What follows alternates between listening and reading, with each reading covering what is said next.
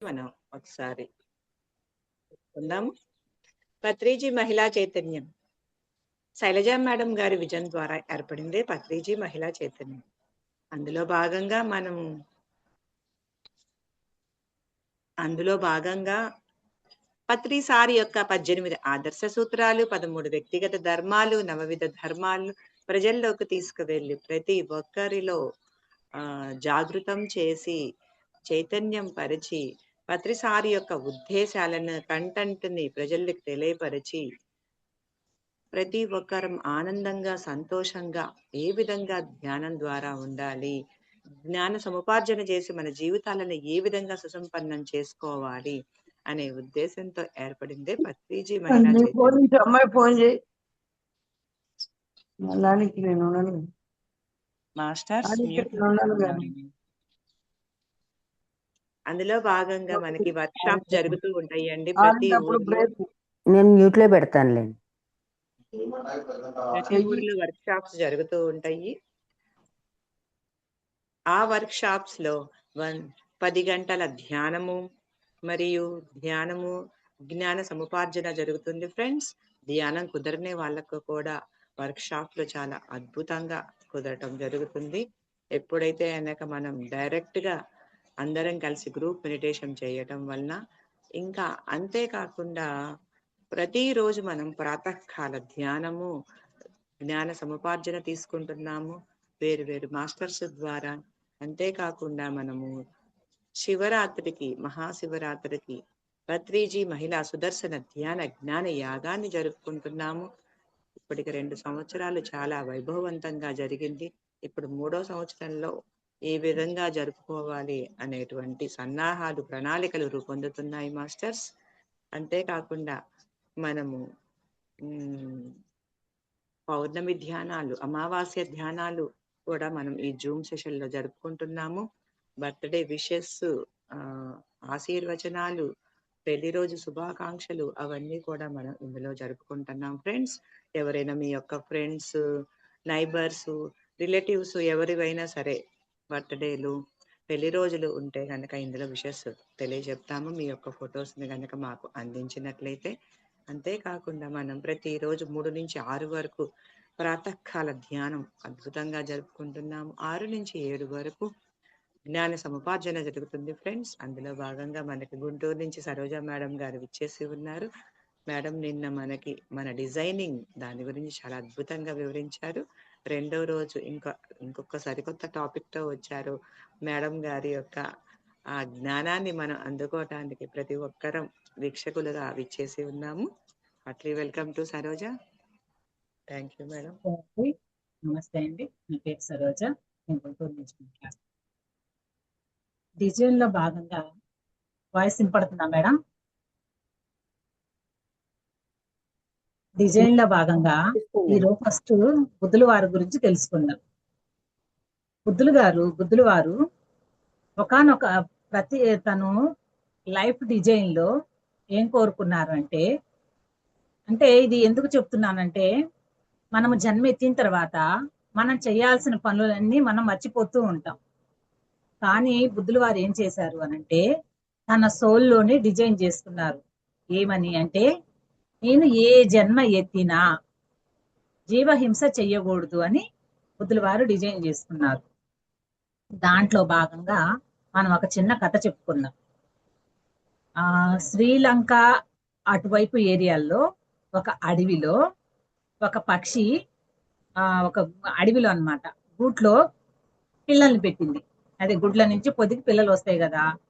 ఆ పిల్లల్లో పక్షి ఏం చేస్తుంది, పెరిగే కుంది వాటికి ఏమైతే ఫుడ్ అవసరం అవుతాయో ఆ ఫుడ్ తీసుకొచ్చి పిల్లలకు అందించే క్రమంలో ఒక్కోసారి గింజలు తెచ్చింది, మెతుకులు మెత్తగా ఉండేవి, చిన్న పిల్లలుగా ఉన్నప్పుడు ఏవైతే ఆ పక్షి పిల్లలు తినగలవో అదే ఆహారాన్ని పక్షి తీసుకొచ్చి పిల్లల నోటికి అందించింది. అలా క్రమంలో ఏమైందంటే, ఒక్కొక్కసారి పురుగులను కూడా తీసుకొచ్చి పక్షి తన పిల్లలకు అందించే క్రమంలో అన్ని పక్షి పిల్లలు తింటాయి. కానీ బుద్ధుల వారు పక్షి జన్మ ఎత్తినప్పుడు పిల్ల రూపంలో ఉన్నప్పుడు కూడా తల్లి తెచ్చే పురుగుల్ని తినేది కాదంట. ఇలా గింజలు ఏదైనా మెత్తటి పదార్థాలు తల్లి అందిస్తే తినేది కానీ పురుగులు అలాంటివి తెచ్చినప్పుడు తినకుండా ఉండేదన్నమాట ఆ పక్షి. పక్షి పిల్లలన్నీ తినేవి. అవి కొంచెం ఆహారము అనంటే మాంసాహారము అంటే ప్రోటీన్ అవి ఎక్కువ ఉంటాయి కాబట్టి నేచర్ లో ఆ ఫుడ్ తినటం వల్ల ఉన్న పక్కన ఉన్న పక్షి పిల్లలన్నీ బాగా యాక్టివ్ గా బలంగా ఉంటాయి అన్నమాట. ఎప్పుడైతే ఈ పక్షి పిల్ల మాంసాహారం తినకుండా ఎప్పుడు తల్లి తెచ్చిన గింజల్ని మెత్తటి పదార్థాలని ఎప్పుడైతే భుజించటం వల్ల ఏమైందంటే ఆ పక్షి పిల్ల బలంగా ఉండదన్నమాట. చాలా నీరసంగా ఎగరలేని పక్షి పిల్లలు ఎగరటానికి సిద్ధంగా ఉన్నా కానీ ఈ పక్షి పిల్ల బలహీనతతో ఎగరటానికి శక్తి ఉండదన్నమాట. రెక్కర్లు ఉన్నా కానీ ఎగరటానికి శక్తి లేకుండా ఆ పక్షి పిల్ల ఉంటదన్నమాట. ఒకసారి ఏమైందంటే అడవి అనంటే కారు చిచ్చులు లెగుస్తూ ఉంటాయి అడవిలో. అంటే ఇప్పుడు ఎవరు ఒకళ్ళు నిప్పు పెడితేనే అవి మంట వస్తాయని కాదు. అడవిలో ఒక చెట్టుకి ఏదన్నా రాసుకున్న జంతువు బాగా ఎండల కాలం వచ్చినప్పుడు ఆటోమేటిక్ గా సహజంగానే అక్కడ కారు చిచ్చులు లెగుస్తాయి అన్నమాట. అదే కారు చిచ్చులు లేసిన క్రమంలో ఏమవుతుంది అనంటే ఆ అడవి అంతా తగలపడుతూ ఉంటది. అడవి తగలబడుతున్నప్పుడు ఏమవుతుంది, ఆ సెగ ఎప్పుడైతే వస్తే ఆ యొక్క సెగకి అక్కడున్న పక్షులు జంతువులు అన్ని పారిపోతూ ఉంటాయి. పారిపోతూ ఉన్న క్రమంలో అక్కడ సెగ వస్తుంటది కదా, అడవి తగలి పడిపోతూ ఉంటే ఇక్కడ ఏమవుతుంది అనంటే పక్షి పిల్లలకి ఆ సెగ దగ్గరకు వచ్చేసరికి తగిన పక్షి పిల్లలన్నీ ఎగిరిపోతాయి. కానీ ఇక్కడున్న చిన్న బుద్ధుల వారి యొక్క సోలు యొక్క చిన్న పక్షి ఏమవుతుందంటే అది ఎగరలేకపోతుంది. ఎందుకంటే ఎగరటానికి దాని రెక్కలకి అంత శక్తి లేదు, ఆ బలం లేదు, ఎగరటానికి కావాల్సిన శక్తి లేదు. లేకపోబట్టి ఈ పక్షి ఏమవుతుందంటే ఎగరలేకపోతుంది. కానీ ఆ గూట్లోని పక్షి పిల్లలన్నీ ఎగిరిపోయినాయి ఆ సెగకి. కానీ ఆ పక్షి పిల్ల ఒక తల్లి పక్షి తండ్రి పక్షి ఏం చేస్తున్నాయంటే దీన్ని ఎలా కాపాడాలా అని ఆలోచిస్తూ ఉంటాయి. కానీ దీన్ని తీసుకెళ్లే అంత శక్తి వాటికి లేదు. కానీ పిల్లని అలా వదిలేసి వెళ్ళిపోవటానికి వాటి మనసు అనేది అంగీకరించదు. కానీ మంట అనేది దగ్గరకు వస్తుంది, సెగ అనేది ఎక్కువ అవుతుంది. ఈ పక్షి పిల్లని ఎలా తీసుకెళ్లాలా అని తల్లి పక్షి తండ్రి పక్షి ఆలోచిస్తూ ఉంటా కానీ వాళ్ళకి ఆలోచన రాదు, దీన్ని ఎలా తీసుకెళ్లాలా అనేది రాదు. కానీ వదిలి వెళ్ళలేరు. కానీ మంటలు అనేది చాలా దగ్గరకు వస్తూ ఉంటాయి అన్నమాట. తల్లి పక్షి తండ్రి పక్షి ఎప్పుడు దాకా బిడ్డని సంరక్షిస్తూ ఉంటాయంటే ఆ వేడిని ఎంతసేపు అయితే ఇవి భరించగలవో అంతసేపు దాకా తన బిడ్డని ఎలా అయితే రక్షించాలా అని ఆలోచిస్తూ ఉంటాయి. కానీ మంటలు ఏమైందంటే ఒక్కసారిగా ఎగసపట్టడం వల్ల ఆ మంటల వేడికి తల్లి పక్షి తండ్రి పక్షి కూడా ఉండలేకపోతాయి. అప్పటిదాకా బిడ్డని ఎలాగ రక్షిద్దామా అని ఆలోచిస్తూ ఉన్న ఆ పక్షులు ఇంకా సెగ ఎప్పుడైతే ఎక్కువైపోతానా ఇంకా రక్షించలేము అనే స్థితి ఎప్పుడైతే వాటికి అర్థమైద్దో అప్పుడు ఆ పక్షి పిల్లని గూట్లోనే వదిలేసి తల్లి పక్షి తండ్రి పక్షి రెండు వెళ్ళిపోతాయి అన్నమాట. ఇక్కడ ఈ పక్షి ప్రయత్నిస్తూ ఉంటది, ఇంకా సెగ వస్తుంది, నేను రెడీ అవ్వాలి, నేను వెళ్ళిపోవాలి అని ప్రయత్నిస్తూ ఉంటుంది. కానీ తన శక్తి చాలకపోవటాన అది ఎంత ప్రయత్నించినా బయటికి వెళ్ళే పరిస్థితి తను తెచ్చుకోలేకపోతుంది. ఇంకా మంట ఏమవుతుంది, దగ్గరకు వస్తే ఆ గూడు అనేది కాలిపోతే లోపల పక్షి పిల్ల అనేది చనిపోయిద్ది అనమాట. అలా ఆ సెగ వస్తూ ఉంటుంది. కానీ ఆ యొక్క గూడు దగ్గరకు వచ్చే గూడుకి కొంచెం దూరంలో అగ్నిదేవుడు ఏం చేస్తాడంటే అగ్ని ఆపేస్తాడు. ఎందుకు అగ్నిదేవుడు అగ్ని ఆపేస్తాడు అనంటే తన దగ్గరకి అగ్ని అన్నిటినీ దహించి వేసిద్ది.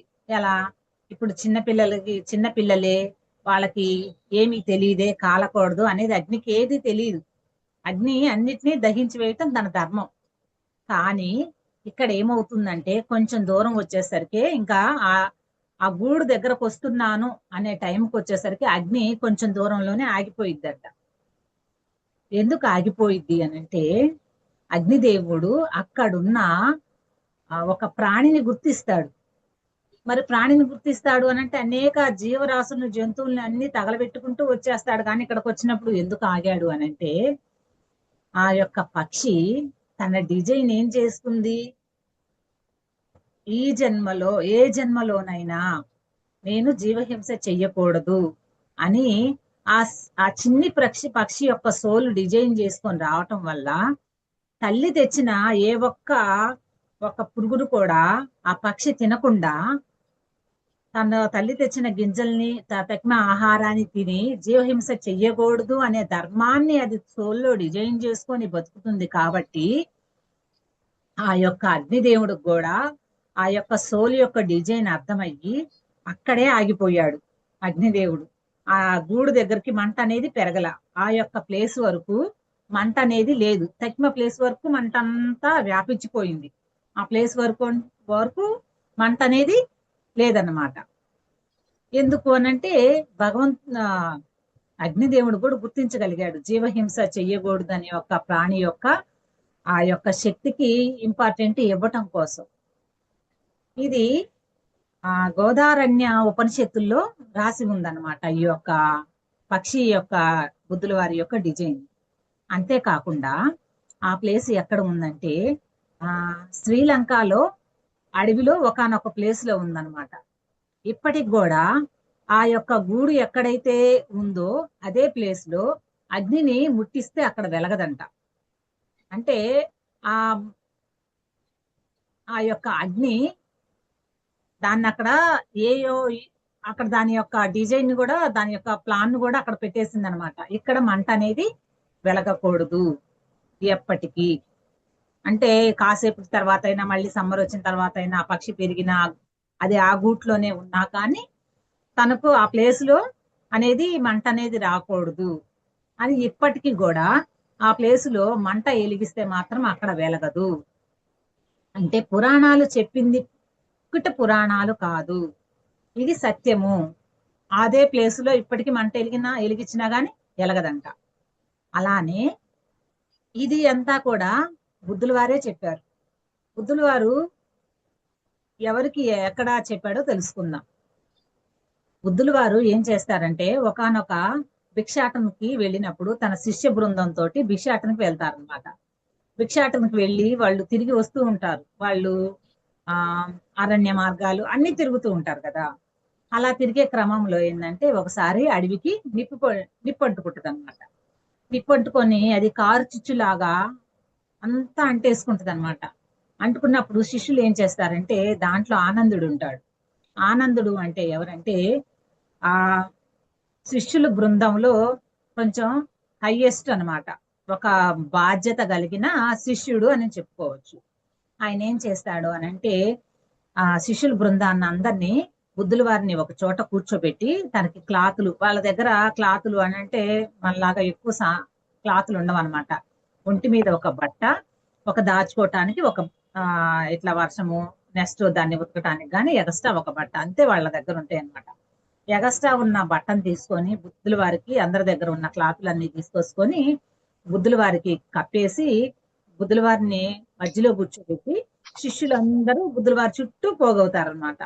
అంటే గురువుకి ఎటువంటి హాని జరగకూడదు, మా ప్రాణాలు పోయినా కానీ బుద్ధుల వారి ప్రాణాలు, గురువు యొక్క ప్రాణాలు నిలబెట్టాలి అన్న ఉద్దేశంతో ఆనందుడు వాళ్ళకి చెప్పేస్తాడనమాట. మీరందరూ రౌండ్ అప్ వేయండి బుద్ధుల వారికి, మనం అందరం చుట్టూగా కూర్చొని బుద్ధుల వారిని కాపాడదామని. అలా కూర్చున్నప్పుడు ఏమైందంటే ఆ కార్చుచ్చు మొత్తం అడవి మొత్తం తగలబడుతున్నా కానీ బుద్ధుల వారు ఉన్న ప్లేస్ లో ఆ మంట అనేది రాకుండా అంతవరకే ఆగిపోయి ఉంటది అనమాట. అప్పుడు శిష్యులు ఏమనుకుంటారు అని అంటే బుద్ధుల వారు గొప్ప గురువు, గొప్ప తపస్వి కాబట్టి ఆ మంట అనేది అన్ని వైపులా వ్యాపించి ఉంది, మన దగ్గరికి రాలేదు అని ఆ శిష్య బృందం మొత్తము అనుకుంటారనమాట. అప్పుడు చెప్తాడనమాట బుద్ధుల వారు, ఇది ఇప్పటిది కాదు, ఇది నాది ఒకానొక జన్మ ప్రణాళిక, కానీ అప్పటి ప్రణాళిక కూడా ఇప్పుడు ఉపయోగపడుతుంది. ఎందుకు ఉపయోగపడుతుందంటే ఇప్పుడు బుద్ధుల వారు కూడా జీవహింస చేయకుండా మరి ఆ డిజైన్ లో భాగంగానే ఈ జన్మలో కూడా ఏమీ శాకాహారగానే ఉన్నారు. శాకాహారిగానే ఉన్నారు కాబట్టి ఆ అగ్నిదేవుడు గుర్తించగలిగాడు కాబట్టి అక్కడ అనేది మంట అనేది చుట్టువైపులంతా ఫామ్ అయింది, కానీ మధ్యలో అనేది మంట అనేది రాలేదు. ఆ విషయాన్ని ఆనందులు ఆ శిష్య బృందానికి చెప్తాడనమాట బుద్ధుల వారు. అప్పుడు అడుగుతాడనమాట ఆనందుడు, ఇది ఎక్కడి నుంచి వచ్చింది అన్నప్పుడు ఈ ఒక్క పక్షి గురించి అక్కడ ఉన్న అందరికీ వివరిస్తాడనమాట. వివరించినప్పుడు ఆనందుల వారు అడుగుతారు,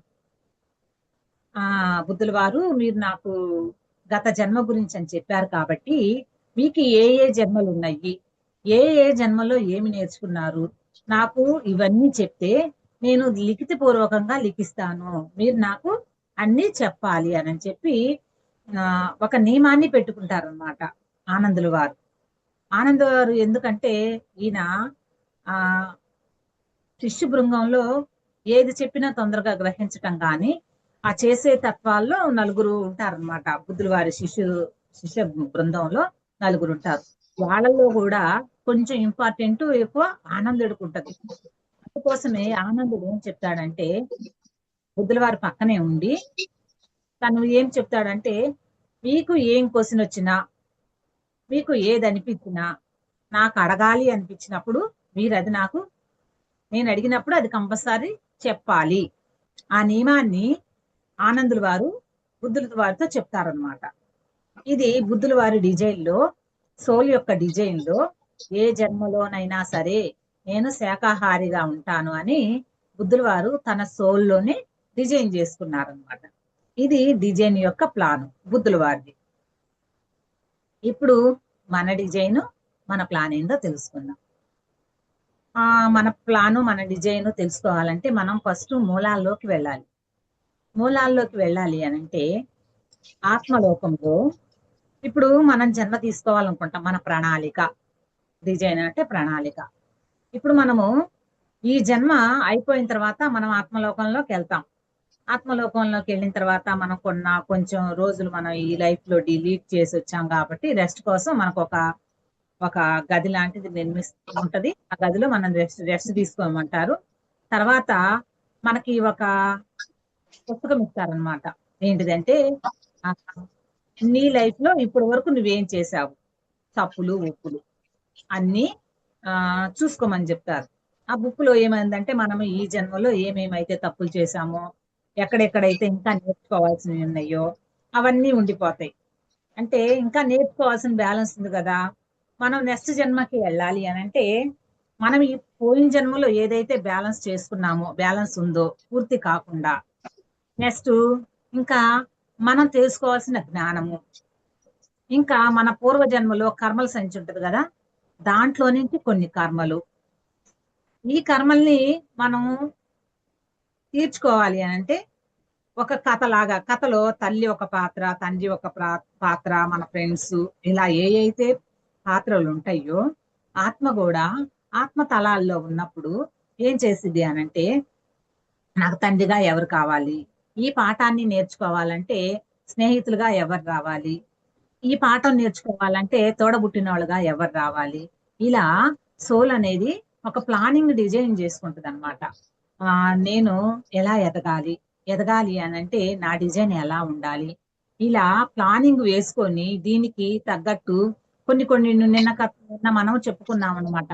ఒక పాత్రను పోషించాలి అని అంటే చిన్న చిన్న ఆత్మలు రాలేవు, ఎందుకంటే వాటికి ఆ పరిపక్వత ఉండదు. కాబట్టి గొప్ప సోల్స్ అంటే బుద్ధాత్మలు ఏం చేస్తాయి అంటే వీళ్ళకి హెల్ప్ చేయడానికి, డిజైన్ చేసుకోవటానికి కూడా హెల్ప్ చేయడానికి వృద్ధాత్మలు వస్తాయంట. వీళ్ళకి ప్లానింగ్ ఎలా చేయాలి ఏంది అనేది తెలియదు కాబట్టి దాన్ని ఎలా ప్లానింగ్ చేయాలో వివరించడానికి వృద్ధాత్మలు కూడా వీళ్ళకి హెల్ప్ చేస్తూ ఉంటాయి అన్నమాట. నువ్వు ఇలా చెయ్యి, ఇలా ఇల్లు, వీళ్ళని నీ డిజైన్ ఇలా మార్చుకో, నీవు తల్లిదండ్రులుగా ఇలా తెచ్చుకో అని వృద్ధాత్మలు కూడా వీళ్ళకి సలహాలు ఇస్తూ ఉంటాయి అన్నమాట. అలాగా భాగంగా మనము కర్మలు తెచ్చుకుంటాము. మరి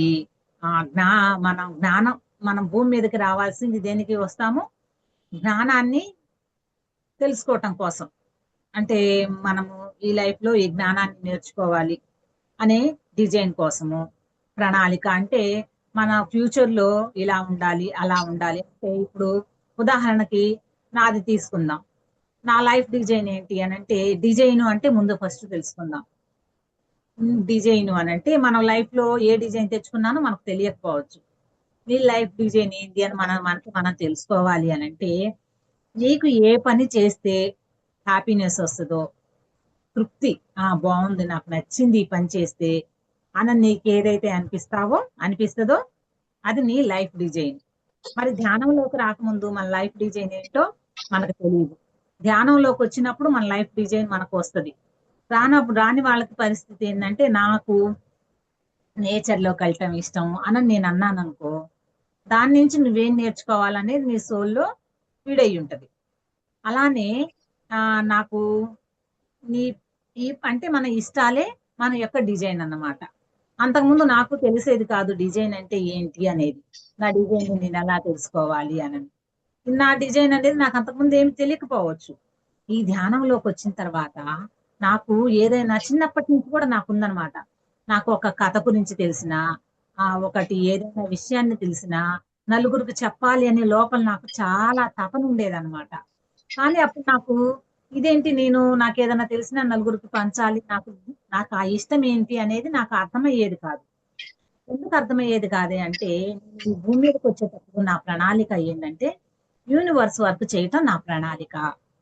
అంటే నేచర్లోకి వెళ్ళి నేచర్ని ఎంజాయ్ చేయటం కానీ, నేచర్లో ఉన్న ప్రతిదీ నేర్చుకోవటం కానీ, ఈ యొక్క నాకు తెలిసిన ఏదైనా ఒక జ్ఞానాన్ని, నేను జ్ఞానానికి సంబంధించి ఒక కథ తెలుసుకున్నా, ఒక సబ్జెక్ట్ తెలుసుకున్నా, దీన్ని ఎప్పుడెప్పుడు ఏ క్లాసులో చెప్పాలి, దీన్ని నలుగురికి చెప్పగలగాలి అనేది నాకు ఇష్టం అనమాట. నలుగురికి చెప్తే నాకు ఇష్టం. ఇష్టము అని అంటే, ఇక్కడ నేను యూనివర్స్ వర్క్ లో నా డిజైన్ లో భాగంగా నా కర్మలు కొన్ని తెచ్చుకుంటూ, ఆ కర్మల్ని నేను ఆ నెరవేర్చుకుంటూ నా తల్లిదండ్రులు, నా జీవిత భాగస్వాములు కానీ, నా తల్లిదండ్రులు కానీ, వాళ్ళ నుంచి నేనేం నేర్చుకోవాలి, వాళ్ళతో నాకేం కర్మ డిటాచ్ అయ్యింది, దాన్ని నేను ఎలా సాల్వ్ చేసుకోవాలి, ఇది నా డిజైన్. నా డిజైన్ లో భాగంగా ఒకటి చెప్తాను మాస్టర్స్. మా అమ్మ మా నాన్న మీకు పోయినసారి కూడా చెప్పి ఉన్నాను, గుర్తులేదు, అయినా చెప్తాను. నా తల్లిదండ్రులు నాకు నా డిజైన్ లో వాళ్ళ భాగంగా నేను ఎందుకు తెచ్చుకున్నాను అని అంటే, మేము ముగ్గురు ఆడపిల్లలము, ఒక మగపిల్లగాడు.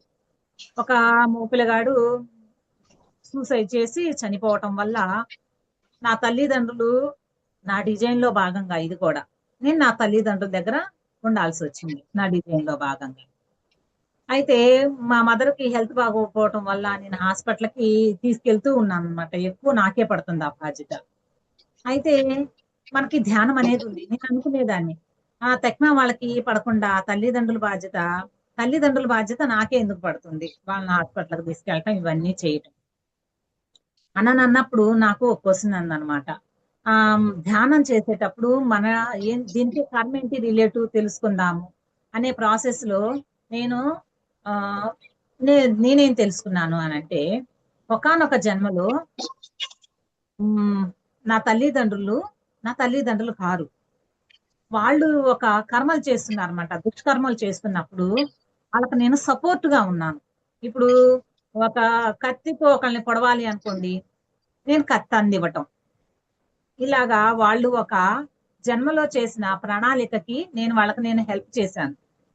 ఆ కర్మ భాగంగా ఇంకొక కర్మలు అయ్యి ఉండవచ్చు.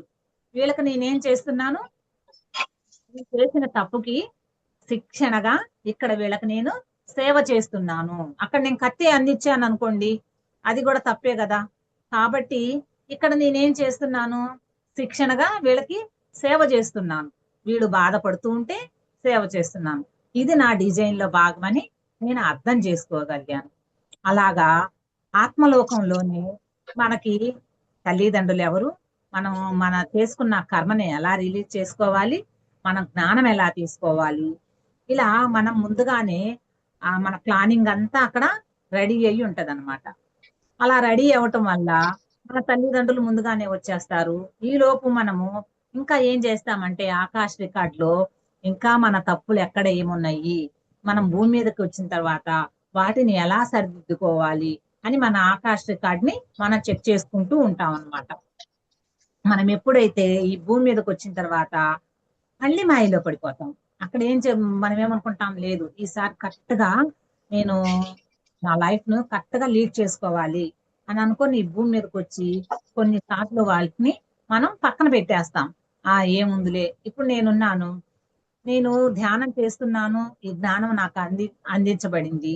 నా తల్లిదండ్రుల యొక్క పోయిన జన్మ, కృత జన్మ ఆ పాపాలని నేను ఈ జన్మలో కడుక్కోవాలని నా తల్లిదండ్రుల్ని నేను ఎంపిక చేసుకొని వచ్చి నేను నా తల్లిదండ్రుల దగ్గర ఉంటున్నాను. అలా ఉంటున్నప్పుడు నేనేమను ఇక్కడ మనం ధ్యానానికి రాలేదనుకోండి, నేనేమనుకుంటాను, నాకు ఎవరికి మా ముగ్గురక్కల చెల్లెలు ఎవరు పట్టించుకోవట్లేదు, నాకే పట్టింది, నా తల్లిదండ్రులు నేనెందుకు చూడాలి. నేను ఎలా అయినా సరే, ఒక మేడం కూడా ధ్యానంలోకి రాకముందు నాకు సలహా ఇచ్చింది, నువ్వు ఆ నీ తల్లిదండ్రుల్ని చేయకుండా తప్పించుకో, నీకు తప్పించుకున్నావనుకో ముగ్గురికి సమాన భాగాలు పడిద్ది, లేదు అని అంటే ఆ భారం వాళ్లే చూసుకుంటారు, లేకపోతే వేరే వాళ్ళ మీద పడిద్ది, నువ్వెందుకు వాళ్ళని పట్టించుకుంటున్నావు, నువ్వు వాళ్ళని వదిలించుకో అని ఒక మేడం నాకు ధ్యానానికి రాకముందు సలహా ఇచ్చింది. నాకు అది నచ్చలా. అప్పుడు నచ్చకపోయినా కానీ తల్లిదండ్రులను అలా వదిలించుకోవటం నాకు ధర్మం అనిపించలేదు. కానీ ఈ ధ్యానంలోకి వచ్చిన తర్వాత ఎప్పుడైతే నేను నా గత జన్మ కర్మ వల్ల నేను వీళ్ళని తెచ్చుకున్నానని తెలిసినప్పుడు, ఇప్పుడు చేసేది అంతకు ముందు ఏంటంటే కష్టంగా చేసేదాన్ని, ఇప్పుడు దాన్ని ఇష్టంగా చేస్తున్నాను. ఎందుకు ఇష్టంగా చేస్తున్నాను అనంటే, ఈ జన్మలో నేను తెలుసుకోవాల్సిన కర్మని ఎప్పుడైతే నేను పక్కన పెడతానో, దీనికోసం నేను మళ్ళీ జన్మెత్తి మళ్ళీ వీళ్ళకి నా కర్మని తొలగించుకొని చేసేదాకా, సేవలు ఇలాంటి ఏదైనా చేసేదాకా నేను మళ్ళీ మళ్ళీ జన్మలు ఎత్తుతూనే ఉంటాను, ఆ కర్మ అనేది క్లియర్ అయ్యేదాకా. అది ధ్యానానికి రాకముందంటే అలా ఉంటది. ఎప్పుడైతే మనం ధ్యానంలోకి వచ్చామో, మనము చేయాల్సిన ధర్మాన్ని, మన యొక్క బాధ్యతల్ని, ఆ కర్మ కూడా నా బాధ్యతే, మరి నేను అది క్లియర్ చేసుకోవాలి. కాబట్టి అంతకు ముందు చేసేది వీళ్ళకి సేవ కష్టంతో చేసేదాన్ని, ఇప్పుడు అదే సేవ బాధ్యతతోటి ఇష్టంతోటి చేస్తున్నాను. ఇప్పుడు ఇలా చేయటం వల్ల నా కర్మ అనేది రిలీజ్ అయిపోయింది. ఇది మన జన్మల యొక్క కర్మ యొక్క ప్రణాళిక. అలానే ఇంకొక సోల్ గురించి కూడా మనం చెప్పుకుందాం. అంటే ఒక లేడీ గురించి కూడా చెప్పుకుందాం. తన యొక్క సోల్లో ఇక్కడ మనం ఏమేమి నేర్చుకుంటామంటే, ఆత్మశక్తి నేర్చుకోవటం కోసం వస్తాము. దొంగతనం చేస్తే ఎలా ఉంటది అనేది తెలుసుకోవటానికి వస్తాము. మరి ఒక మనిషిని ఇబ్బంది పెడితే ఎలా ఉంటది అనేది తెలుసుకోవటానికి వస్తాము. ఇలా మన జన్మ ప్రణాళికలో మనం ఎంచుకున్నవి, మన కుటుంబము, మన చుట్టుపక్కల వాళ్ళు, ఇలాగ ఏదైతే ఉన్నదో కొన్ని ఆత్మలంట ఎలా డిజైన్ చేసుకొని వస్తాయి అంటే, ఈ భూమి మీదకి ఓన్లీ ఎంజాయ్మెంటే మేము చేయాల్సింది, కర్మలు చెయ్యము, కర్మలు తీసుకోము అని ఒక్కొక్క సోలు ఓన్లీ ఎంజాయ్మెంట్ కోసమే వస్తాయంట. ఆ సోళ్ళు వచ్చిన తర్వాత వాళ్ళకి ఆస్తులు ఉండకపోని వాళ్ళు ఇంకేమీ పని చేయరు అనమాట. ఇంట్లో వాళ్ళు ఎంత తిప్పినా, ఎంత బాధ్యతగా, ఎంత ఏది చెప్పినా వాళ్ళు ఓన్లీ ఎంజాయ్మెంట్ అంటే ఉదాహరణకి ఒక డ్రింకర్ ఉన్నారనుకోండి, వాళ్ళు ఎంతసేపటికి తాగే స్థితేనన్నమాట. తాగి ఆ మైకం అనే ఆనందంలో వాళ్ళు తేలియాడుతూ ఉంటారన్నమాట. నువ్వెన్ని చెప్పు, నువ్వు అరువు, బుజ్జగించు, కొట్టు, తిట్టు, ఏది చెప్పినా వాళ్ళ ప్లాన్ యొక్క డిజైన్ ఏంటి, ఎంజాయ్ చేయటం. నువ్వు వాళ్ళ యొక్క ఎంజాయ్మెంట్ ప్లాన్ని, వాళ్ళు యొక్క డిజైన్ ని వాళ్ళు పరిపూర్ణంగా నిర్వర్తిస్తున్నారు. కాబట్టి మనం ఏమనుకుంటాము, వాడికి బుద్ధి ఉందా, జ్ఞానం ఉందా, ఇల్లుంది, బాధ్యత ఉంది, సంసారం ఉంది, తన జీవితాన్ని తను స్పాయిల్ చేసుకుంటున్నాడు, తను మంచిగా ఉండొచ్చు కదా, జన్మెత్తిన తర్వాత మనిషేనా, ఇన్ని మనం సహజంగా అంటూ ఉంటాం. కానీ వాళ్ళు చేయాల్సిన ఆ సోల్ యొక్క డిజైన్ పర్ఫెక్ట్ గానే చేస్తుంది. కానీ ఇక్కడ మనకు అంత జ్ఞానం లేక మనము అలా అనుకుంటూనే ఉంటాం. ఇంకొక సోల్ గురించి చెప్పుకుందాం. ఒక లేడీ తన ఆత్మశక్తి కోసం భూలోకానికి వచ్చిందనమాట. ఆత్మశక్తిని పెంపొందించుకోవటం కోసం ఒక ఆత్మ భూలోకానికి వచ్చింది. ఆ ఆత్మ ఎలా ఉందంటే, ఆ లేడీ ట్రైన్ లో ప్రయాణిస్తూ ఉంటది అనమాట. ప్రయాణిస్తూ ఉన్నప్పుడు ఒక దొంగ ఏం చేస్తాడంటే ఆమె మెడలో ఉన్న బంగారాన్ని లాక్కొని వెళ్ళటానికి ప్రయత్నిస్తూ ఉంటాడు. దాంట్లో భాగంగా ఏమైందంటే తోసులాటలో ఆమె ట్రైన్లో నుంచి పడిపోయింది అనమాట. ట్రైన్లో నుంచి పడిపోవటం వల్ల ఆమె ఆ ట్రైన్ కింద పడి 2 కాళ్ళు కట్ అయిపోతాయి అన్నమాట. కట్ అయిపోయి ఏదో ఒక చెట్ల మధ్యలో అలాగా, మరి ఎక్కడోనో ట్రైన్ నుంచి అంటే ఒక పర్టికులర్ ప్లేస్ లో పడం కదా, అలానే అలా పడిపోయి ఉంటది అనమాట ఆ లేడీ. పడిపోయిన తర్వాత ఆమెని తెల్లారి గుర్తిస్తారనమాట. అప్పటిదాకా ఆమె ఆ బాధతో ఇబ్బంది పడు ఆ బాధతోనే ఉండిపోయింది అనమాట. తర్వాత ఏమైనా హాస్పిటల్లో చేర్చినప్పుడు ఆమె 2 కాళ్ళని తొలగిచ్చేసేసి ఉంటదన్నమాట. ఇప్పుడు సహజంగా మనం ధ్యానంలోకి రాకపోతే తను కూడా ఇలానే బాధపడింది అనమాట. నా లైఫ్ లో ఇలా ఎందుకుంది, భగవంతుడు నాకెందుకు ఇలాంటి శిక్ష ఇచ్చాడు, అందరు బాగున్నారు, ఆ టైంలో భగవంతుడు కనుక నాకు ఏదన్నా హెల్ప్ చేస్తుంటే నేను ఈ రోజు బాధపడేదాన్ని కాదు కదా, అలా సహజంగా మనం అనుకుంటూ ఉంటాం. కానీ ఆ మహిళ ఏం చేసింది, తాను అలా బతికినా కానీ నేను ఎలాగైనా సరే బతికి చూపించాలి, నాకు ఇలా ఉన్నా సరే నాకు ఒక గుర్తింపు రావాలి. సహజంగా కాళ్ళు లేనప్పుడు మనం బయటికి పోయి ఏం చేస్తాము, ఎలా బతుకుతాము, మరి మనల్ని అందరూ తింటూ ఉంటారు, నేను బయటికి పోయి ఎలా బతకగలను అని ఎక్కువగా ఇంటికి పరిమితం అవుతాం. కానీ తన సోల్లో డిజైన్ లో ఆమె ఏం డిజైన్ తెచ్చుకుంది, ఆత్మశక్తిని పెంపొందించుకోవాలి అనే తన సోల్ డిజైన్. తనేం చేసింది, హిమాలయాలకు వెళ్ళి అక్కడ పర్వతాన్ని ఎక్కిందనమాట. తను 2 కాళ్ళు లేకపోయినా మామూలు మనుషులే హిమాలయాలకు వెళ్ళాలి అంటే ఎప్పుడో ఈ ధ్యానానికి సంబంధించిన వాళ్ళు ధ్యాన సాధన కోసము హిమాలయాలకు వెళ్తాం. లేదు అనంటే అక్కడ ఉన్న గుళ్ళు అవి చూడటానికి న్యాచురల్ గా మనము హిమాలయాలకు వెళ్తాం. మనము ఎక్కువ తపశక్తి కావాలి అనంటే హిమాలయాలకు వెళ్తాం. కానీ ఈమె ఆత్మశక్తిని పెంపొందించుకోవటం కోసము హిమాలయాలకు వెళ్ళి ఆ 2 కాళ్ళు లేకపోయినా ఆమె పర్వతాన్ని ఎక్కి తనకు అంటూ ఒక గుర్తింపుని తెచ్చుకొని అందరి యొక్క, ఇప్పుడు ఆమె హిమాలయ పర్వతాన్ని ఎవరో దించితే అందరూ ఏమనుకుంటారు, చాలా గ్రేట్, 2 కాళ్ళు లేకపోయినా హిమాలయాలకు వెళ్ళి తను ఆ శిఖరాన్ని ఎక్కగలిగింది అని ఆమె గ్రేట్ గా చెప్పుకొని ఉండొచ్చు. కానీ ఈమెకి ఆత్మశక్తి, నేను కాళ్ళు లేకపోయినా నేను ఏదైనా చెయ్యగలనే ఆత్మశక్తిని ఈమె పెంపొందించుకోగలిగింది. అంటే తన డిజైన్ లో భాగంగా ఈ జన్మలో తను ఏం చేయాలనుకుంది, తన ఆత్మశక్తిని పెంపొందించుకోవాలనుకుంది. ఇలాగనే మనము కూడా ఈ జన్మలో ఏమేమి తెచ్చుకున్నాను, ఏమేమి చెయ్యాలి, నేనేం చెయ్యాలి, మనకి ఏదొచ్చినా కానీ దానిని మనం అంగీకరించాలి. పత్రిజీ గారు కూడా ఒకటే చెప్తారనమాట, నీ దగ్గరికి ఏదొచ్చినా దాన్ని అంగీకరించు, నువ్వు గనక దాన్ని అని చెప్తారు. దాని అర్థం ఏంది అంటే, దాని అర్థము ఇంత లోతుగా ఉంటుంది. అందుకే గురువులు ఏది చెప్పిన పదము సింగిల్ గానే ఉంటది, దాని అర్థము చాలా లోతుగా ఉంటది అన్నమాట. అందుకని మనకి తల్లిదండ్రులుగా కావచ్చు, ఫ్రెండ్స్ గా కావచ్చు, భర్తగా కావచ్చు, ఎవరైనా వచ్చినా కానీ అబ్బా మన జీవితంలో భర్తగా వీళ్ళు వచ్చారేంటి, మంచి వాళ్ళు రావచ్చు కదా, మరి అత్తగారుగా నాకు వీళ్ళు వచ్చారు ఎందుకు, మంచి వాళ్ళుగా రాగవచ్చు కదా అని మనం అనుకుంటూ ఉంటాం.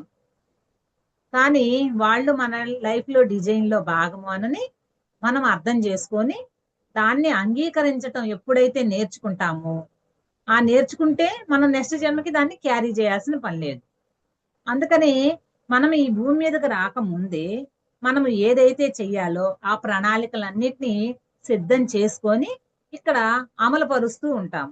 ఎప్పుడైతే మనం ఈ డిజైన్ మనకి కష్టంగా ఉంది అని మనం ఎప్పుడైతే సూసైడ్ అలాంటి ఎప్పుడైతే చేసుకుంటామో అప్పుడేమవుతుంది అనంటే, మన జన్మ ప్రణాళికలు అంటే మనతో పాటు వచ్చిన తోబుట్టువులు, తల్లిదండ్రులు, మనకు వచ్చిన కష్టము, వీటిని మనం సాల్వ్ చేసుకోకుండా ఎప్పుడైతే మన జన్మ ప్రణాళికని ఇక్కడే దాన్ని కట్ చేసినప్పుడు ఏమైంది, ఇక్కడ లైఫ్ అందరికి డిస్టర్బ్ అయింది.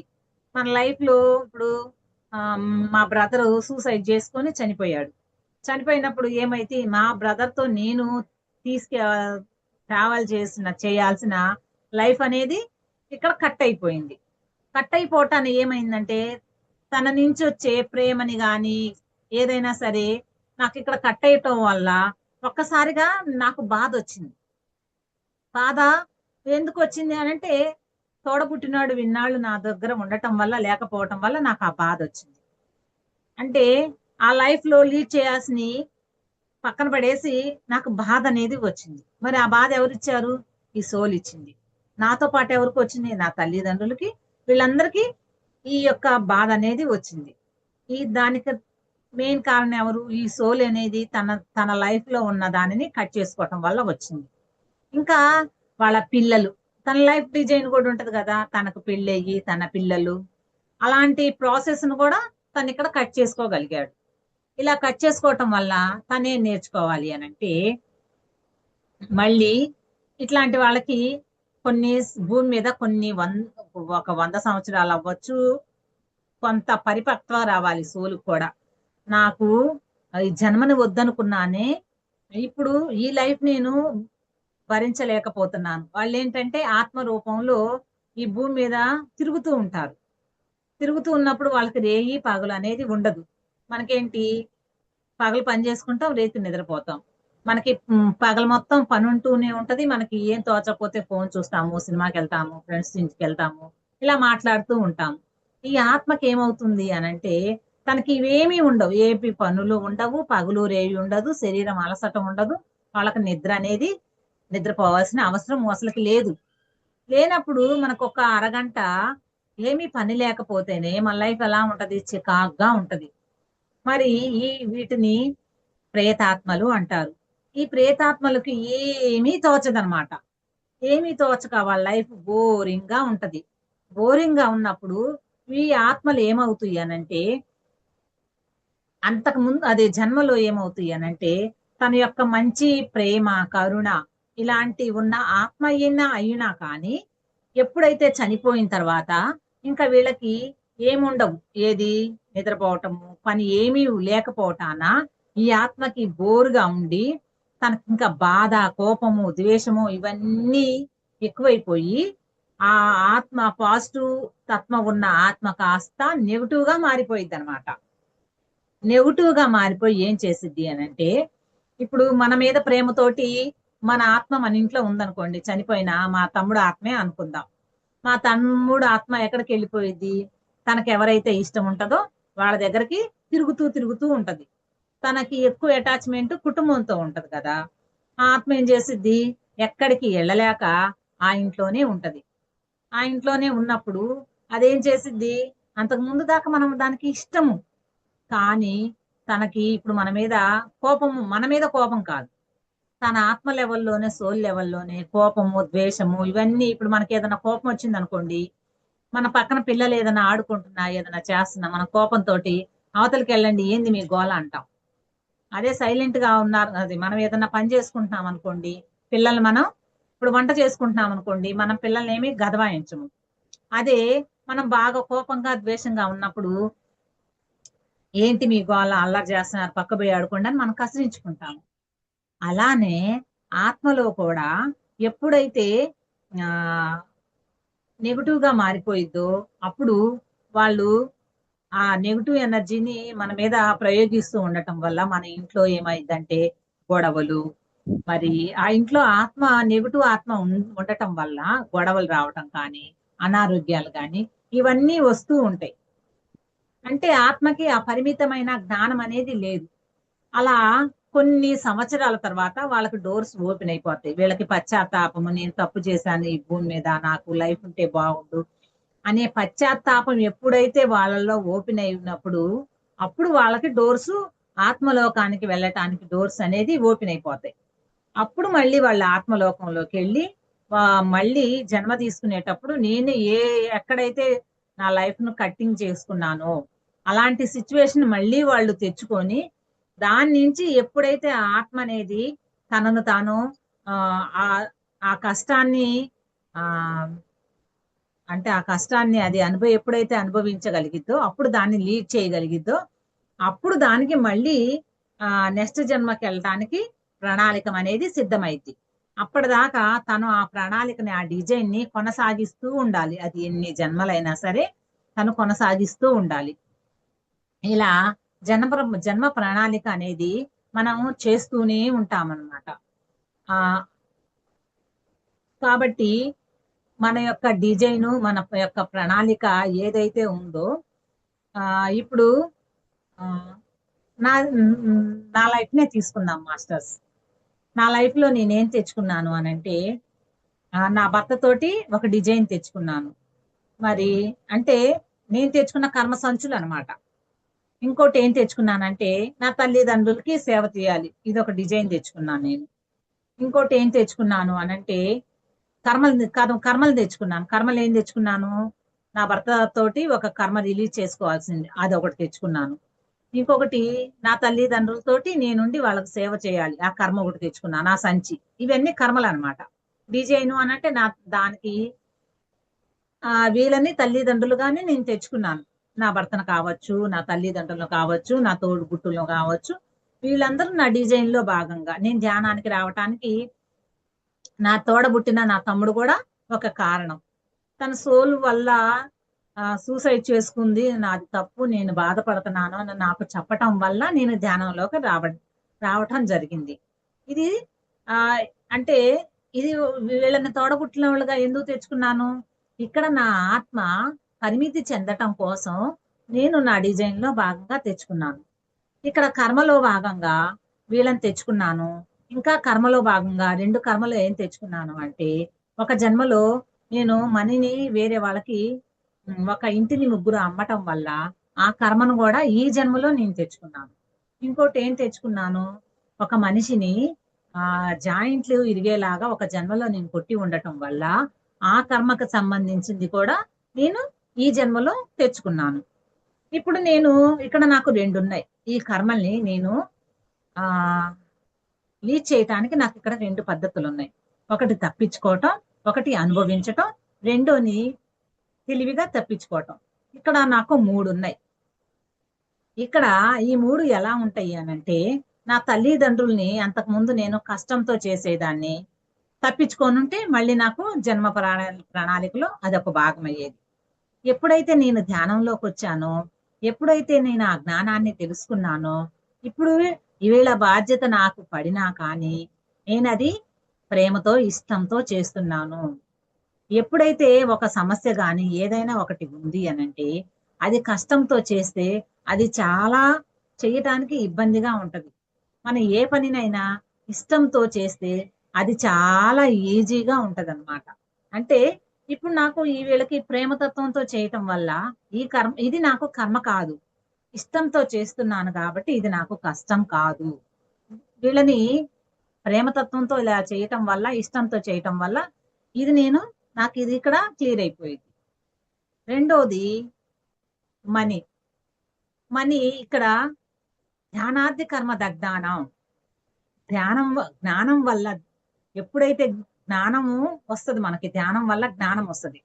ఆ జ్ఞానం వల్ల తప్పులు ఒప్పులు మనం తెలుసుకొని మన యొక్క ధ్యాన శక్తిని ఎప్పుడైతే పెంచుకోవటం వల్ల, ఇప్పుడు నాకేమొచ్చింది, ఆ జన్మలో నేను తప్పు చేయటం వల్ల ఈ జన్మలో నాకు మనీ మైనస్ అయింది, ఇది నెక్స్ట్ జన్మకు క్యారీ అవ్వకూడదు అనంటే, నేను సత్య మార్గంలో ఎవరికి డబ్బులు ఎగ్గొట్టకుండా పశ్చాత్తాపంతో, పరివర్తనతో ఇది చెయ్యటం తప్పు అని నా మనసుకి, నా సోల్కి నేను చెప్పుకుంటూ, నేను ఎలాంటి కర్మలు చేయాలి అనంటే, ఇప్పుడు ధ్యానానికి సంబంధించినవి ఉంటాయి కదా, పిరమిడ్స్ కట్టడం కానీ, ఒక ధ్యానానికి సంబంధించిన ఇప్పుడు ధ్యాన మహాయజ్ఞాలకి, భోజనానికి పాంప్లెట్లు ఉంటాయి కదా, వాటికి సంబంధించిన మనీ పే చేయటం కానీ, ఆ మనీకి సంబంధించిన వర్క్ చేయటం కానీ, అంటే ఒక పుస్తకం తీసుకొని నలుగురు దగ్గరికి వెళ్ళి దీనికి ధ్యాన మహాయజ్ఞానికి డబ్బులు ఇవ్వండి అని నేను ఎప్పుడైతే వర్క్ చేస్తూ ఉంటాను, ఇక్కడ ఏం వర్క్ చేస్తున్నాను, మనీ యొక్క వర్క్ చేస్తున్నాను. ఆ పుస్తకాన్ని తీసుకొని నలుగురు దగ్గరికి వెళ్ళి వాళ్ళు కసిరిచ్చుకున్నా, ఇచ్చిన, 2 వైపులు చేసిన ఇక్కడ మనీ అనేది నేను మనీ అనేది రికవర్ చేస్తున్నాను. దానికి సంబంధించిన మనీకి సంబంధించిన దాన్ని నేను ఇక్కడ సాల్వ్ చేస్తున్నాను. ఇలా ఎప్పుడైతే నేను నాకు ఆ, ఒక 10 నా దగ్గర ఒక 100 ఇవ్వగలిగాను అనుకోండి. ఆ పాంప్లెట్ లో నా పేరు 100 రూపాయలే ఇచ్చి నేను రాయగలిగాను అనుకోండి. అంటే డబ్బుతో చేసిన కర్మలు డబ్బుతోటి పోతాయి అన్నమాట. ఇప్పుడు నేను ఆ యొక్క జన్మలో ఒక ఇంటిని నేను ముగ్గురికి అమ్మటం వల్ల దాని యొక్క డబ్బుతో చేసిన కర్మల్ని ఇక్కడ నేను ఈ డబ్బుతో చేసిన యొక్క కర్మలతోటి క్లియర్ చేసుకుంటున్నాను. పాంప్లెట్లు పంచటం వల్ల, నాకున్న డబ్బును వాళ్ళకి ఇవ్వటం వల్ల, ఇలా ఇవ్వటం వల్ల ఏమవుతుందంటే ఆ కర్మ అనేది ఆ కొంచెం కొంచెంగా క్లియర్ అవుతూ ఉంటది. ఎలా క్లియర్ అయిందంటే నేను ఇలా పంచటం వల్ల ఇది తప్పు అని తెలుసుకోవటం వల్ల. తప్పు అని తెలుసుకున్నాను అని అంటే ఇక్కడ మళ్ళీ ఇంకొకసారి నేను చెయ్యకుండా ఉండటం అలాంటి పనులు. పశ్చాత్తాపం, ప్రాయోచితం, సేవ. ఈ 3 అనేది ఎప్పుడైతే నేను చెయ్యటం వల్ల నేను మా జన్మలో ఆ ముగ్గురికి ఏదైతే ఒక ఇంటిని ముగ్గురికి అమ్మానో ఒకళ్ళు ప్లస్ అవుతారు, ఇద్దరు మైనస్ అవుతారు. ఇలా నేను ఎప్పుడైతే చేయటం వల్ల నా యొక్క కర్మలో దీన్ని నేను ఈ జన్మలోనే క్లియర్ చేసేసుకుంటాను. ఇంకొక జన్మలో ఒక మనిషి నేను ఒక్కొక్క జాయింట్లు ఇరిగేలాగా కొట్టాను. కొట్టినప్పుడు ఏమవుతుంది అని అంటే మొత్తం కర్మ వస్తుందా అంటే 80% రాదు, 20% కర్మ వస్తుంది. మనం ఎందుకంటే మొత్తం మనం తీసుకోలేం, చెయ్యలేం. కాబట్టి ఈ జన్మలో నాకు 20% ఆ కర్మ నేను తెంచుకున్నప్పుడు ఈ ధ్యానానికి రాకముందు ఏంటి భగవంతుడా, నేను ఎవరికి ఏ తప్పు చేయలేదు, నాకెందుకే ఇలా వచ్చిందని చాలా సఫర్, చాలా బాధపడేదాన్ని. ఎప్పుడైతే ధ్యానంలోకి వచ్చానో, ఎప్పుడైతే నా కర్మని నేను తెలుసుకోగలిగానో నాకు జ్ఞానం అనేది వచ్చింది. ఈ జ్ఞానం వల్ల నాకు జ్ఞానం వచ్చింది కదా ధ్యానం చేయటం వల్ల. ఈ జ్ఞానం వల్ల నేనేం నేర్చుకున్నాను, ఇంకొకసారి ఎవరిని ఇబ్బంది పెట్టకూడదు అనేది ఒకటి నేర్చుకున్నాను. అంటే పరివర్తన వచ్చింది, పశ్చాత్తాపము. ఆ సోలుకు నేను క్షమాపణ చెప్పుకుంటున్నాను. పశ్చాత్తాపము, పరివర్తన, సేవ, పాంప్లెట్లు పంచటం కానీ ధ్యానానికి సంబంధించిన నాకు చేతనైన సేవ అనేది నేను చేస్తూ ఉన్నాను. ఇలా ఈ 3 చేయటం వల్ల నా కర్మ అనేది దగ్ధమైపోయింది. ఇంకా ఆ సోలు ఏమైందంటే చాలా కసితో ఉందన్నమాట. ఆ సోలు నన్ను క్షమించగలిగి, నేను ఇన్ని చేస్తున్నా కానీ ఆ సోలు నన్ను ఎప్పుడైతే క్షమించగలిగితేనే నాకున్న ఈ ప్రాబ్లం అనేది పోయిద్ది. సహజంగా అందరు ఏమంటూ ఉంటారు, నువ్వు ధ్యానం చేస్తూ ఉన్నావు, నీ ఆరోగ్యాన్ని నువ్వు లీడ్ చేసుకోలేకపోతే ధ్యానం చేస్తే మాకెలా తగ్గిద్ది అనని సలహాలు చెప్తూ కొంతమంది చెప్తూ ఉంటారు ధ్యానం చేయని వాళ్ళు. అది కరెక్టే వాళ్ళ వైపు నుంచి. కానీ నేను కొండంత తప్పు చేసి చిన్న రాయిలాగా నాకు ఈ కర్మ అయిపోయిందిలే నేను పక్కన పడేయటానికి కుదరదు.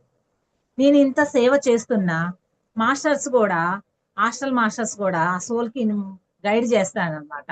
ఆ సోలు నువ్వు క్షమించు, ఆ సోలు పరివర్తన పశ్చాత్తాపంతో సేవా మార్గంలో భూమి మీద ఉంది, నువ్వు దీన్ని క్షమించు అన్నప్పుడు ఆ సోలు నన్ను క్షమించగలిగితే నా యొక్క అనారోగ్యము పోయిద్దనమాట.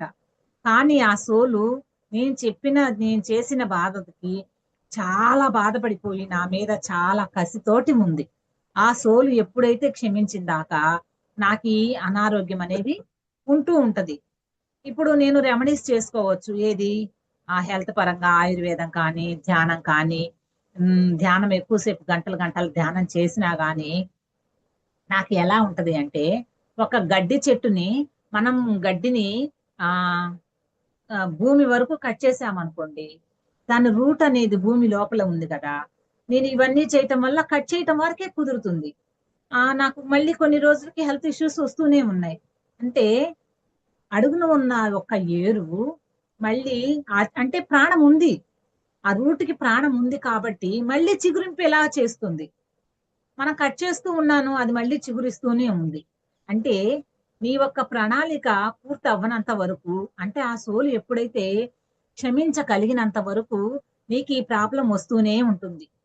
అంటే ఇక్కడ నేను ఆ సోల్ను క్షమించమని అడుగుతూ సేవా మార్గంలో ఇలా ఎప్పుడైతే ఆ సోల్ నా క్షమాపణ అంగీకరించిద్దో, అంటే హృదయపూర్వకమైన పశ్చాత్తాపంతో నేను అడిగాను, అంటే నా హృదయం కరిగి కన్నీళ్ల రూపంలో వచ్చినా గానీ ఆ సోల్ నన్ను క్షమించగలగట్లేదు, అంటే దానికి ఇంకా నేను క్షమాపణ ఇవ్వాలి, సేవ చెయ్యాలి, అది నన్ను నమ్మాలి, అలా ఎప్పుడైతే ఆ సోల్ నన్ను క్షమించగలిగితేనే నా హెల్త్ అనేది ఇప్పుడు అనుకోవచ్చు హెల్త్ కు సంబంధించిన ఫుడ్ తినొచ్చు కదా అని. ఫుడ్ తిన్నా కానీ అప్పటి వరకే, ఆయుర్వేద మందులు వాడినా అప్పటి వరకే, ఉపశమనం మాత్రమే. ఆ హెల్త్ ప్రాబ్లం అలానే ఉంటూ ఉంటది. ఇలా నేను ఎప్పుడైతే ఈ జన్మలోనే దీనిని ఎప్పుడైతే నేను సాల్వ్ చేయగలిగితేనే ఓకే.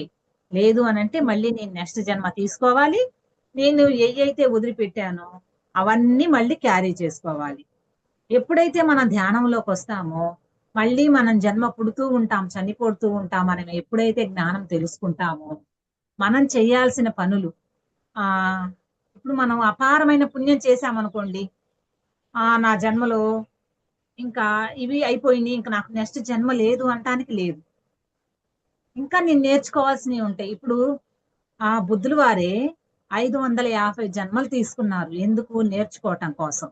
ఏమేమి నేర్చుకోవాలి? ప్రేమ, కరుణ, మరి కష్టం వస్తే ఎలా తప్పించుకోవాలి, ఆత్మశక్తిని ఎలా పెంచుకోవాలి, ఇలాగన్నీ నేర్చుకోవటానికి బుద్ధుల వారికి 550 సంవత్సరాలు పట్టినప్పుడు మన మానవ మాత్రం ఆ సోల్లో చూడండి. బుద్ధుల వారు ఇంకా ఏం సోల్లో డిజైన్ చేసుకున్నారు? ఏ జన్మలో కూడా నేను మాంసాహారాన్ని భుజించకూడదు అని పక్షుల జన్మలోకి వచ్చినా కానీ తను డిజైన్ అలా చేసుకుంటేనే తనకు 550 జన్మలు పడితే, మానవుల మాత్రంలో మనం మాయలో పడే వాళ్ళము. మనకి ఎన్ని జన్మలు పడుతాయి ఇవన్నీ లీడ్ చేసుకోవాలి అనంటే, మనం తెలుసుకున్న జ్ఞానాన్ని, అన్ని రకాల జ్ఞానాన్ని తెలుసుకోవాలి అంటే మనకి ఎన్ని జన్మలు పడతాయి? కాబట్టి మాస్టర్స్, ప్రతి ఒక్కళ్ళము మనం చేసే ప్రతి పనిలో ఎరుకుతో ఉండాలి. నేను ఈ పని చేస్తే ఏమొస్తుంది, ఇది తప్ప రైటా, ఒకవేళ మనం ఏదైనా తెలియకుండానే చేసేసినప్పుడు దీనికి సొల్యూషన్ గా మనం ఈ జన్మలోని ఏం చేయాలి అనేది ప్రతి క్షణము. అందుకే పత్రిజీ సార్ కూడా వర్తమానంలో ఉండమంటాడు. వర్తమానంలో ఎందుకు ఉండమంటారు గురువులు?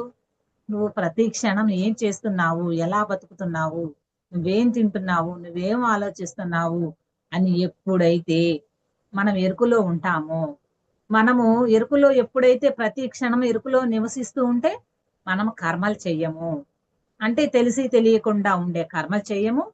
మనము చేయాల్సిన పనిని ఒక బాధ్యతగా చెయ్యటం వల్ల ఇప్పుడు ఉదాహరణకు చిన్నది ఒకటి చెప్తాను. ఇప్పుడు నేను స్కూల్కి వెళ్తున్నాను, క్లాసులు చెప్తున్నాను, పిల్లలకి చెప్తున్నాను అనుకోండి. పిల్లలకు చెప్తున్నప్పుడు ఎలా ఉంటది? పిల్లలకు కూడా పెద్దవాళ్ళకి చెప్పినట్టు చెప్పకూడదు, పిల్లలకు వేరుగా చెప్పాలి. ఎందుకు అంటే పిల్లల యొక్క మైండ్ యొక్క ప్యాటర్న్స్ మనం ఏదైతే చెప్తామో దాన్ని ఫీడ్ చేసుకుంటాయి. వాళ్ళకి అది కరెక్ట్ గా పట్టుకుంటారు. అందుకే చిన్న పిల్లలకి ధ్యానం ఎందుకు నేర్పాలి అని అంటే, ఆ ఉదాహరణకు నేను ఒకటి చెప్తాను. నేను చిన్నప్పుడు ఆ మాకు గుడి దగ్గరలో ఉన్నప్పుడు గుడి మీద ఏముంటాయి అంటే రామాయణ లవకుశలు ఎప్పుడు సినిమా మొత్తం మైక్ లో చెప్తూ ఉంటారన్నమాట. సినిమా మొత్తం పెడతారన్నమాట మైక్ లో. దాంట్లో ఏముంది అని అంటే సీతాదేవి, అదే సీతాదేవి, ఒక రాముడు, రాముల వారికి ఒకే భార్య, అలాగా ఎప్పుడైతే ఉందో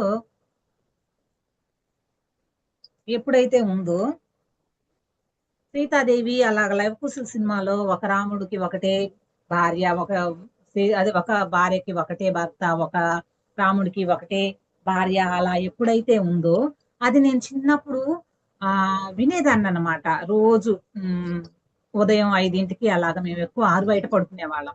ఆ యొక్క వాయిస్ నా చెవులు పడుతూ ఉన్నప్పుడు చిన్నప్పుడు నా మనసులోనే ఒకటి ఫీడ్ అయిపోయింది అనమాట. ఏమైంది అని అంటే, ఓహో, ఒక భార్యకి ఒక భర్తే, ఒక భర్తకి ఒక భార్యే ఉండాలి కామాలా. నా లైఫ్ లో నాకు అంటే మనసుకు కానీ, శరీరానికి కానీ, ఆత్మకు కానీ ఏదైనా సరే ఒక్కలే ఉండాలి కామాలా అని నా మనసులో చిన్నప్పుడు ఎప్పుడో ఫీడ్ అయిపోయింది. అలా ఫీడ్ అవటం వల్ల మన మనసుకు కానీ, శరీరానికి కానీ ఏదైనా ఆ ఒక్క లైఫే, ఆ ఒక్క ప్యాటర్న్ ని నా ఫీడ్ అయిపోవటంలా నా మనసుకు కానీ, శరీరానికి కానీ. ఇప్పుడు సహజంగా ఎవరైనా మనుషులు టచ్ అయ్యారనుకోండి మన శరీరానికి, మనం ఒక బస్సులో కానీ, ఒక ట్రైన్ లో కానీ జెంట్స్ సహజంగా టచ్ అవుతారు. టచ్ అవుతున్నప్పుడు నాకేం ఫీలింగ్ వచ్చింది? వీళ్ళు నా సోదర భావము, వీళ్ళు నా సోదరులే అనే భావం వచ్చింది. కానీ ఒకళ్ళు టచ్ అవ్వనంత మాత్రం నా శరీరానికి ఏ ఫీలింగ్స్ రావు అలా టచ్ అవ్వటం వల్ల. ఎందుకంటే నా చిన్నప్పుడు ఆ యొక్క ఆ సీతాదేవి ఇలా ఉంటది, రాముల వారు ఇలా ఉంటది అనే భావాన్ని నా సోల్లో చిన్నప్పుడే నాకు తెలియకుండా ఫీడ్ అయిపోయింది. ఆ ప్యాటర్న్స్ అలా ఫీడ్ అవటం వల్ల చిన్నపిల్లలకి మనము తల్లిదండ్రులు గొడవ పడుతూ ఉంటే, ఒక భర్త భార్యను కొడుతూ ఉన్నారు అనుకోండి, ఇంట్లో ఆ పిల్లలు చూసినప్పుడు, మగపిల్లలు అనుకోండి, ఓహో పెద్ద అయిన తర్వాత నేను నా భార్యను కొట్టాలిగా ఆమె అలా తప్పు చేసినప్పుడు, అంటే మగవాళ్ళకి ఆ ఆ యొక్క గొప్పతనం అనేది ఉంటదిగా ఆమె అలా అని చిన్నప్పుడే పిల్లలు నువ్వు మగోడివిరా, వేరు చేసినా చెల్లిద్ది అని మనం పిల్లలకి ఎప్పుడైతే చెప్తూ ఉంటామో అవి వాళ్ళకి ఫీడ్ అయిపోతాయి. కానీ మనము మన పిల్లలకి ఏది చెప్పాలి అని అంటే, నీ తోడబుట్టిన వాళ్ళనే కాదు, తక్మా వాళ్ళని కూడా ఆ ఆడపిల్లల్ని శ్రద్ధగా చూసుకో, ధర్మాన్ని పాటించు, ఇవన్నీ చెప్పాలి అంటే పిల్లలకి ముందు మనము ధ్యానం నేర్పాలి. అందుకే స్కూళ్ళకి వెళ్ళి ఎప్పుడైతే పిల్లలకి మనం ధ్యానము మనం ఈ మంచి మాటలు ఎప్పుడైతే చెప్తూ ఉంటామో వాళ్ళ లైఫ్ మొత్తం చాలా బాగుంటది. అది వాళ్ళకి ఫీడైపోయిద్ది చిన్నతనంలోనే. సత్యంతో ఉండాలి, ధర్మంతో ఉండాలి అని ఎప్పుడైతే మనం చెప్పటం వల్ల వాళ్ళ లైఫ్ లో ఓహో అబద్ధం చెప్పకూడదు, ధర్మంతో ఉండాలి అని ఒక 10 మందిలో ఒక్కళ్ళైనా పట్టుకున్నా వాళ్ళ లైఫ్ అనేది చాలా చాలా హ్యాపీగా ఉంటది. ఇదే మాస్టర్స్ మన సోల్ యొక్క డిజైను. ఈ ఈ యొక్క ప్రణాళిక మనం ఎలా వేసుకొని వస్తాము, మనం ఈ భూమి మీదకి వచ్చి ఎలా అయితే ఉంటామో, పిల్లలకి ఎలా అయితే చెప్పటం వల్ల నా లైఫ్ లో నేను తెలుసుకున్న డిజైను నేను మార్చుకోవాల్సింది, ఈ జన్మ నుంచి పక్క జన్మకి నేనేమేమి తీసుకెళ్ళాలి అనేది ఎప్పుడైతే నేను ధ్యానం చేయటం వల్ల, నేను ఆ జ్ఞానాన్ని తెలుసుకోవటం వల్ల నా నేను తెలుసుకున్న నా యొక్క డిజైన్ మాస్టర్స్ నాలో ఉన్న ఆత్మ జ్ఞానాన్ని పంచటకి కారణమైన ఇక్కడున్న ప్రతి ఒక్క ఆత్మ బంధువులందరికీ నా యొక్క ఆత్మ ప్రణామాలు. Thank you masters, thank you. దీనికి సంబంధించిన మీరు ఏదైనా క్వశ్చన్స్ ఉంటే అడగండి మాస్టర్స్. తెలిస్తే